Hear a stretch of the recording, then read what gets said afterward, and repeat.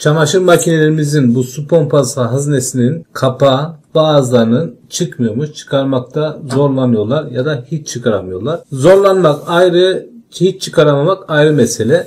Şimdi bakın şuradan göstereyim. Rahat bir çalışma alanını sunalım kendimize. Su pompası kısmının filtresi sola doğru çevrilerek açılır. Bu şekilde. Ters yöne değil. Neden açılmaz? Bizimki açılıyor. Buradan da uygulamalı olarak göstereyim size. Şimdi bazıları makine çalışırken açıyor burayı. Su taşar. Buradan foşur foşur su gelir. Bazen yaptığı yanlış da şu. Direkt açıp çıkarıyorlar. İçindeki kalan su evi basıyor. Ben daha önceden temizliğini yaptığım için içinde şu anda su yok. Dikkat ederseniz bir açısı var, takma açısı. Bakın şu şekilde girmiyor. İlla o açıyı tutturacaksınız. Yani bunu yerine oturtturunca bu filtre kısmı dönmez. Bu kısım birbirinden bağımsız. Arçelik makinelerde eminim birçok makinede bu şekilde dizayn etmişlerdir. Bu kapağın çıkmama sebebi şu contanın parçalanıp içeride bu kısma tutunması olabilir, bu bir. Şu vida kısımları uzun zamandır açılmadığı için, makinenin filtre temizliği uzun zamandır yapılmadığı için kireç kaplamış, pislik kaplamış olabilir. Dolayısıyla siz bunu çevirmeye çalıştığınızda o takılıyordur, çıkmaz yerinden. Zorlarsanız burayı kırarsınız. Kırarsanız ne olur? Makineyi çalıştıramazsınız. Tabii ki bazıları çalıştırır. Onlara bir şey demiyorum. Onlar başarılı arkadaşlar. Ondan sonra yorum yazarlar. Evimi su bastı diye. Yani bu takılı değilken makineyi çalıştırırsanız ya da bunu kırdınız, contası zarar gördü, kapak zarar gördü, makineyi çalıştırdınız, evinizi su basar.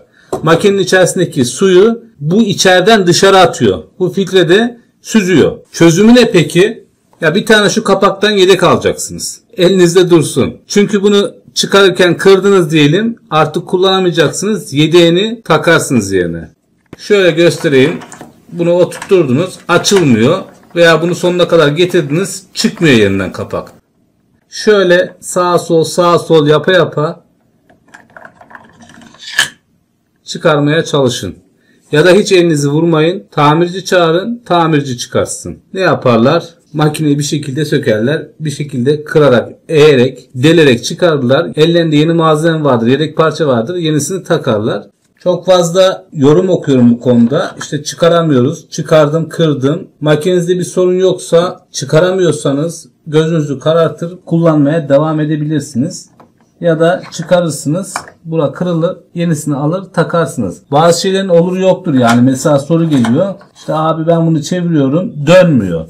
Pense kullanıyor işte. Şöyle daha geniş ağızlı bir şeyle çevirmek lazım. Tutması, kavraması, yüzeyi daha geniş bir şeyle. Kırılıyor. Çünkü ince pense kırar bunu. Ya da zaten bura gitmiş.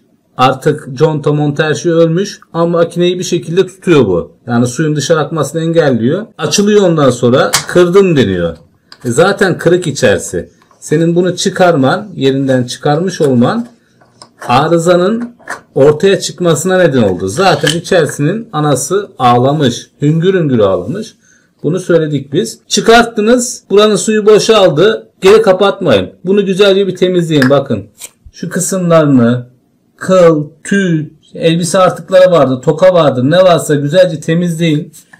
Şu kısmı da güzelce temizleyin. İçeriği de böyle bir bezle silin. Çok fazla derine girmeden. Ondan sonra takın. Çünkü bir daha sökeceğiniz zaman bu içerideki pislik kalıplaşır orada. Yeni pislikler gelir ve bu artık yerinden çıkmaz. Şu kısımda bir tane delik var. Buradan makinenin içinden bazı parçalar işte toka oluyor, iğne oluyor, kürdan oluyor, para oluyor, küçük paralar. Buraya düşüyor, şu kanala. Burası nasıl? Sabit. Sabit olduğu için şu kısım sabit. Buraya düşen malzeme kalıyor orada ve siz çektiğinizde gelmiyor. Çünkü burayla bura arasında tutucu vazifesi görüyor. Bu da bunun çıkmamasına bir sebep. Tekrar takarken de tersi istikamette çeviriyoruz. Son gücünüze kadar kullanmayın. Bakın sıktım ben. Bazısı var sonuna kadar böyle kuvvetli bir de adam ya da kadın kuvvetli. Sonuna kadar böyle penseyle falan kapatıyor. Ondan sonra kendi gücüne yetmiyor. Yeni ürettiği güç. Çünkü sıkmada ezebilirsiniz burayı. Ezdiğinizde artık oraya yapışır. Tekrar açacaksınız. Bunun bir şeyi var. Bakın işaretleri var burada. O işarete geldi. Zaten burada çentik var. Bakın tam şurada. Tamam, o kadar. Daha fazla sıkmaya gerek yok. O çentiyi aşırırsanız olmaz. Adamlar her şeyi düşünmüş, planlamış. Neyse arkadaşlar, videoyu daha fazla uzatmaya gerek yok. Umarım faydalı, güzel bir içerik olmuştur. YouTube kanalıma abone olarak destek verirseniz sevinirim. Başka bir videomuzda görüşmek üzere. Hepinize sağlıklı, mutlu, güzel günler dilerim. Hoşça kalın.